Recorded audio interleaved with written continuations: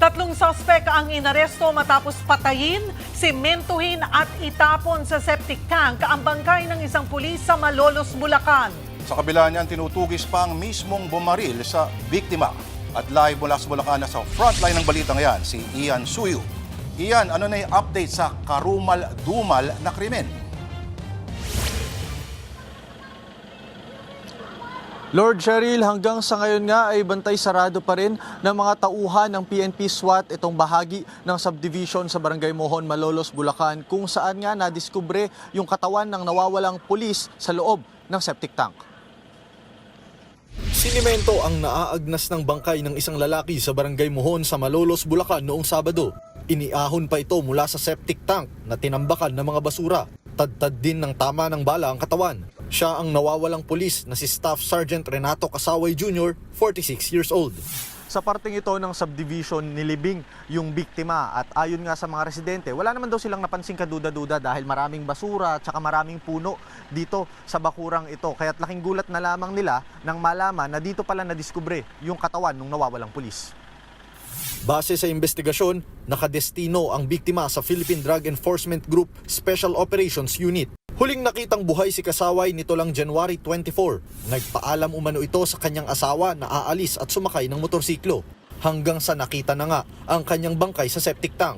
3 suspect na ang inaresto kahapon, kabilang ang isang pulis sa Malolos. Lumalabas sa inisyal na investigasyon na pinaslang ang biktima ng mga suspect nang dahil lang sa simpleng biruan. From the moment that he was tagged as missing or reported to be missing, our police officers had been working around the clock to discover, uncover, to establish what really happened. Especially over the weekend, we have various development. Sa ngayon, mahigpit ang seguridad sa subdivision, partikular na sa may septic tank kung saan natagpuan ang labi ni Casaway. Di kalayuan sa lugar na yan ay nakatira raw ang isa sa mga suspect. Na-cremate na ang labi ni Casaway. Tumanggi nang magpaunlak ng panayam ang mga kaanak ng biktima. Lord Cheryl, ayon nga sa mga nakausap natin na mga tauhan kanina dito ng SWAT, hinihintay pa raw nila na maibaba yung search warrant para tuluyang mahalughog yung bahay na kinatatabihan ng bakanting lote kung saan nga nakita yung katawan ng biktima. Nananatili naman na at large yung mismong gunman na pang-apat na suspect dito sa krimen. Yan muna ang latest mula dito sa Malolos. Ian, may impormasyon na ba kung anong pagkakakilanlan nitong mga suspect at tila malakas ang loob nila? Itumba itong pulis na ito?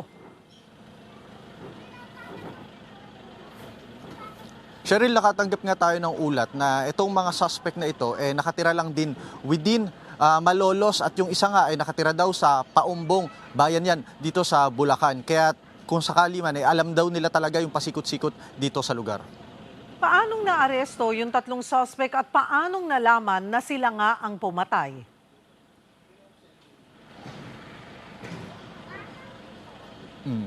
Cheryl, mula nga nung nai-report na nawawala itong biktima, agad nagsagawa ng mga operasyon para mahanap yung kinalalagyan niya at sinabi rin naman ng mga suspect, may confession din daw sila, ayon dun sa natanggap nating ulat, na sinabi nila kung paano yung paraan ng pagpatay nila. At yun nga, lumalabas daw na isa sa kanila nagsabi na dahil nga daw sa joke, kaya humantong sa ganitong krimen yung insidente. Maraming salamat, Ian Suyu. Mga kapatid, Cheryl Cosim po. Maging maalam at may pakialam sa mga napapanahong issue at headlines. Mag-follow at mag-subscribe na sa social media pages ng News 5.